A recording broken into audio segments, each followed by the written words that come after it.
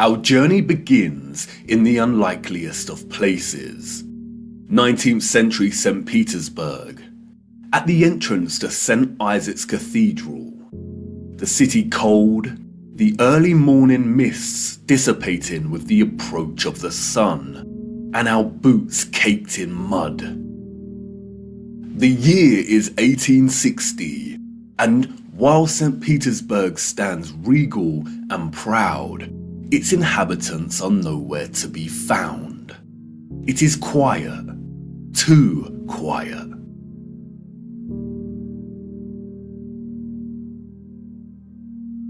The population of St. Petersburg in the 1860s was, we are told, roughly 500,000 people, and yet there is not a soul in sight. Where is everybody?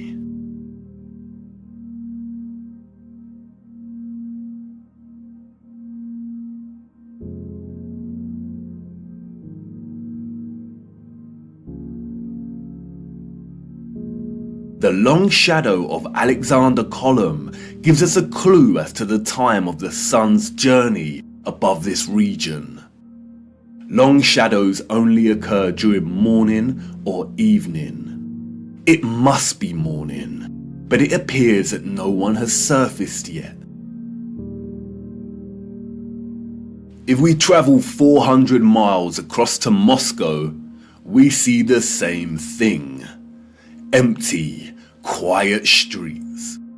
In 1860, Moscow shared a similar population with St. Petersburg, roughly 500,000 citizens. But again, where is everybody?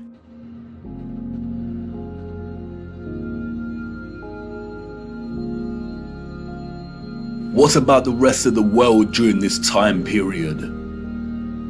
Edinburgh, Scotland, 1840s.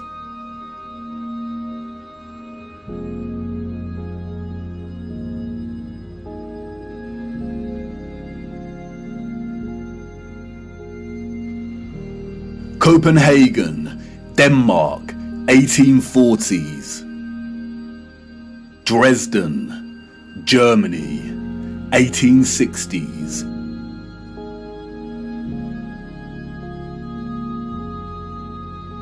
Rio in Brazil, 1860s. Toronto, Canada, 1860s.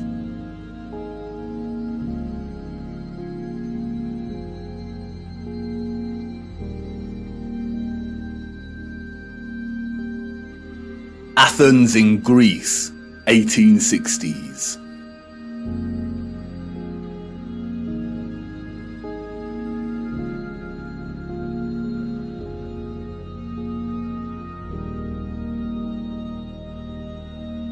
And then London, finally, people.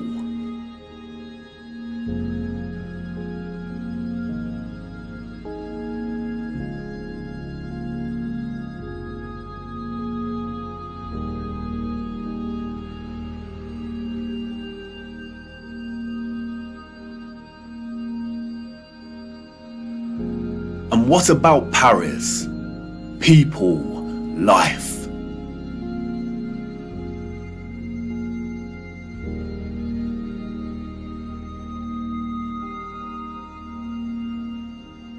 The first photograph, we are told, was created in 1822. The art of photography relies on methods of juxtaposition, of comparison and contrast to deliver its message and sentiment.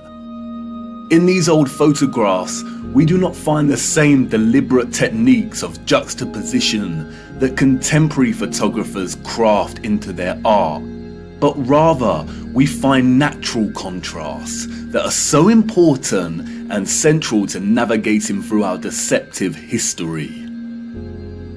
Contrast is a phenomenon, natural or artificial, in which meaning is generated and conveyed through the comparison of two opposing elements.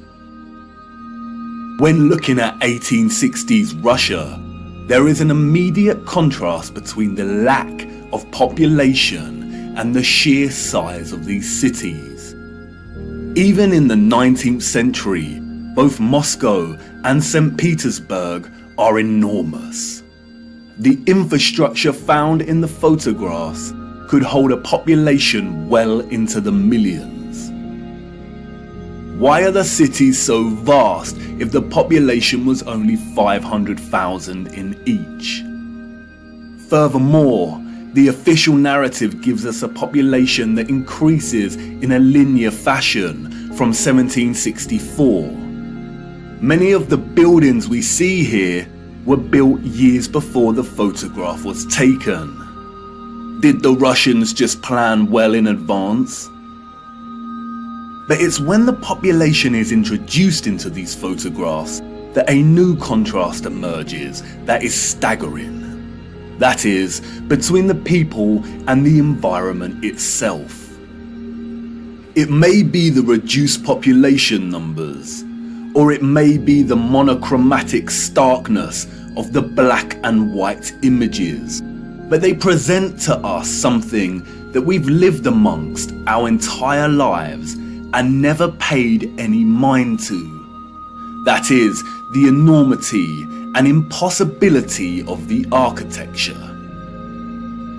As we engage with the industry and act of tourism, we journey from place to place and observe, taking it all in, learning, hearing, and being told what we are looking at and how it came to be. And standing in front of a structure like the Arc de Triomphe in Paris, we might even exclaim, "Wow, how did they do this?" But the moment, inextricably wrapped up in the busyness of the scene, perhaps prevents us from really asking that question with sincerity. Standing in front of a structure like the Arc de Triomphe while the crowd frantically takes pictures on their smartphones makes it all a reality. And we conclude, before being shoved away by new tourists, well, they had to have done it somehow because I'm here and looking at it. During our indoctrination at school, we are seldom shown old photographs of the grand cities scattered around our flat realm. And perhaps for good reason. Because when we marinate on images like this and are presented with the visual evidence of a very primitive Victorian people dotted around like grasshoppers within the shadows of the most magnificent, grandiose, brilliant architecture a human could ever imagine, we begin to have doubts. Indeed, how did they build this? The Arc de Triomphe is made from 36,695 cube meters of limestone and weighs 95,407 tons, or just over 95 million kilograms. They tell us it took 12 years to build the giant arch in two different periods, between 1806 to 1814 and between 1832 to 1836. How did they transport this amount of limestone with the same horse and carts that we see in the photographs? Look closer at the four sculptures that adorn each of its sides. Look at the intricacy of the sculptures and the patterning of the ornamentation that frames the arch. Each section is perfectly repeated without any deviation or inconsistency. The first true power tool was not invented until 60 years after this arch was completed. They tell us this was crafted by hand. Is that even possible? And then there is the ceiling of the arch. Immaculate, 3D sculpted roses, perfect in their geometric symmetry. The nuance of the detail and finesse of each petal and cross-section borders is overwhelming. Look at the rest of Paris during this time. Again, a plethora of unbelievable, gigantic, and magnificent structures. The city's infrastructure glorious, and the people and their means of transport primitive, unsophisticated, and seeming not at all developed to the point of producing a city like this. The roads are improperly paved and uneven. They are dirty and muddy. We also see buildings during this period in which the architecture aligns with the inhabitants. Buildings of misshapen proportions, less developed and refined, charming in their own way, but coarse in their use of wood and plaster. This is exactly the type of architecture we expect of a generation of horse and cart. A generation ignorant to the discoveries in technology that would follow in the years to come. Furthermore, at the time of this photograph, the arch is roughly 40 years old since its completion. Yet can you see how worn some of the parts of the structure are? We see weathering on the stone that suggests the arch is much older. As we approach the late 19th century, we see that the people of Moscow have finally decided to leave their homes and venture out into the streets. The infamous Red Square, now bustling with life. St. Basil's Cathedral and the Spasskaya Tower dominate the frame of the square. The construction of St. Basil's Cathedral began in 1555 and was completed in 1561, a mere 6 years. It suffered a huge fire in 1737 and underwent restoration over a 20-year period. But look at it. What a structure. Almost unreal and like no other. It is composed of thousands of red bricks and tin sheet metal that has been shaped into the distinctive onion domes we see. Look closer at the intricacy of the domes. How did they bend metal to achieve such precision and perfection in the 18th century? And again, if they had the skills and dedication to build a wonder such as this, then why are the conditions of the road so poor and covered in mud? We see these incredible structures and buildings everywhere in 19th century photography. We have the wondrous Crystal Palace of London, a monstrous structure with the greatest area of glass ever seen in a building, and all constructed before England had automatic glass manufacturing. We have Westminster Abbey and Parliament. We have the old Euston Arch, constructed out of pure sandstone in 1837, and streets unpaved and full of mud. Why did these people not prioritize the streets they walked upon? The Frauenkirche, the domed masterpiece of Dresden, Germany. Its intricate and opulent splendor in direct contrast with the beat-up wagons and horse-pulled carts of the people below, a people dependent on the bare necessities. A people completely dwarfed by its size and majesty. The Library of Parliament in Ottawa, Canada, built over a period of 17 years. The first major settlers arrived in 1800, and at the time of construction, the city's population was under 20,000. Would a grand, glorious library really be a priority for settlers? Why does the building look like it's been cropped out of Europe and pasted into Canada? Even at the turn of the century, 40 years before Bosch economized the power tool, we have the old Penn Station in New York. Look at the size of this. Completely mind-blowing proportions. As we can see here in the photograph, each octagonal, sculpted pattern on the arched dome ceiling is larger than one individual human.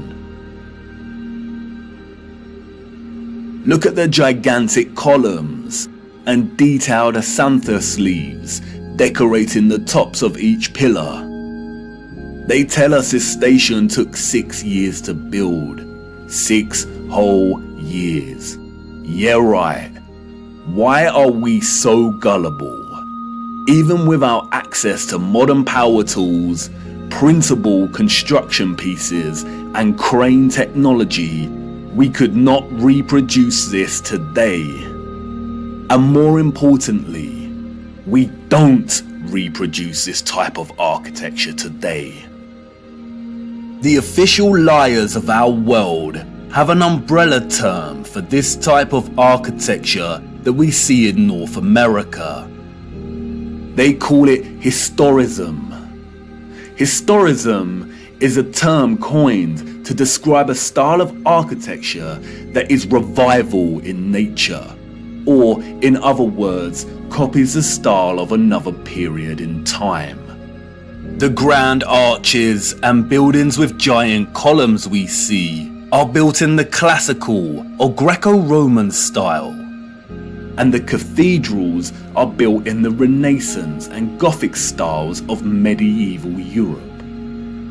Components of these particular styles of architecture feature large spires, arched windows, towers, turrets, domes, arcaded arches, sculptures, enormous doors, circular geometric windows, columns, clock faces, and bell towers.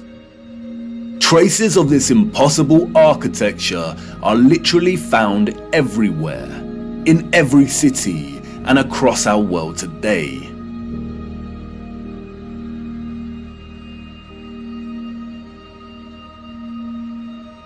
Some preserved and maintained, like the Parisian Arc de Triomphe and Notre Dame, and others lost and long forgotten to time, like the Euston Arch and the old Penn Station in New York. We as a people travel miles to take our own photographs of these wonders.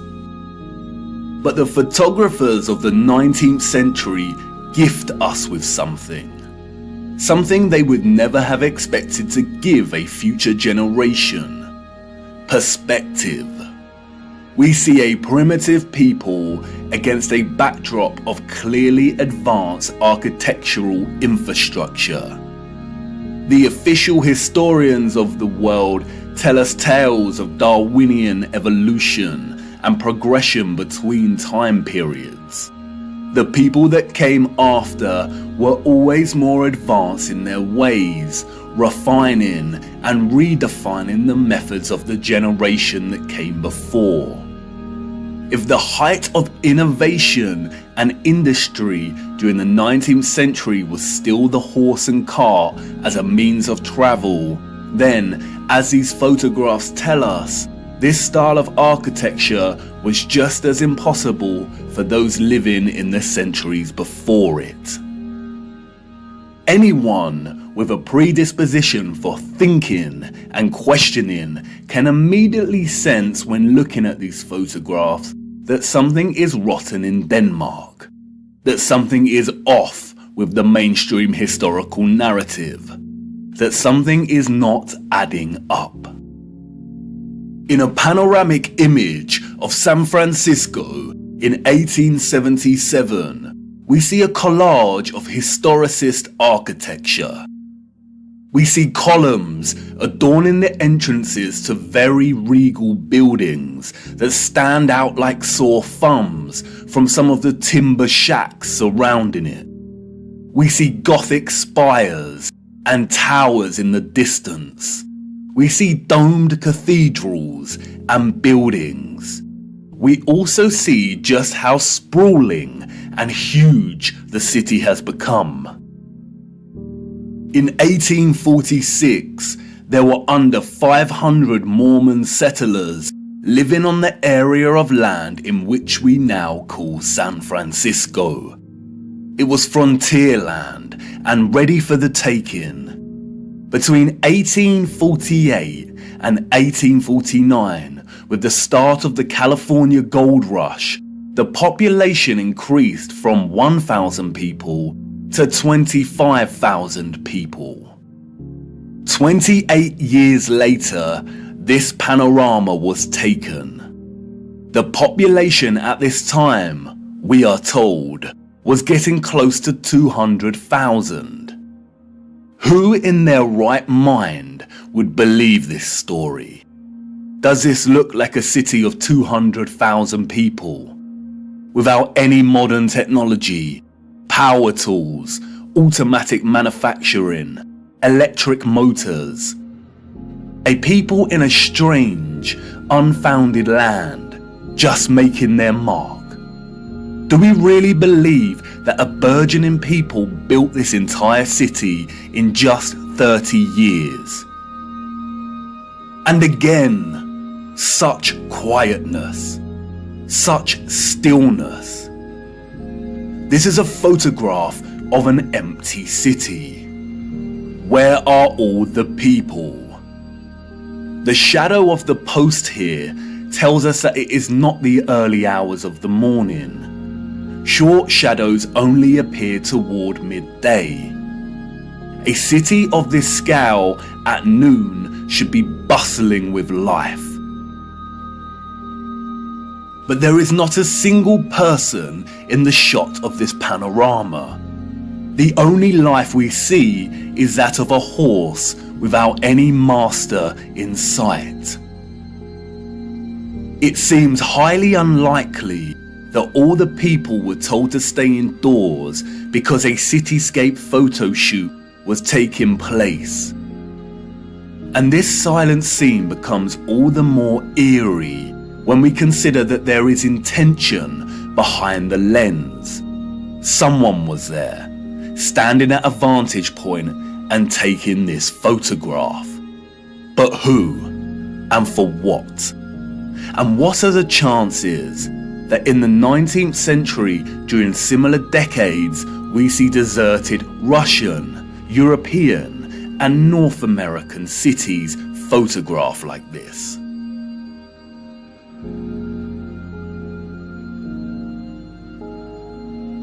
And then only a few years later, we find the same locations bustling with people.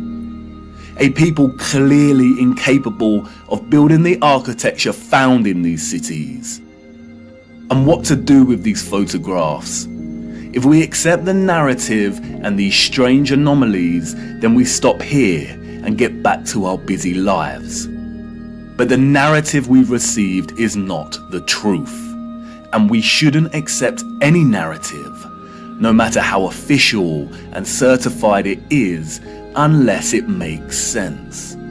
The people we see in these photographs and their early ancestors could not have built the magnificent architecture we see. It is an impossibility. Come on, jump in. We must venture further into these cities and look a little closer.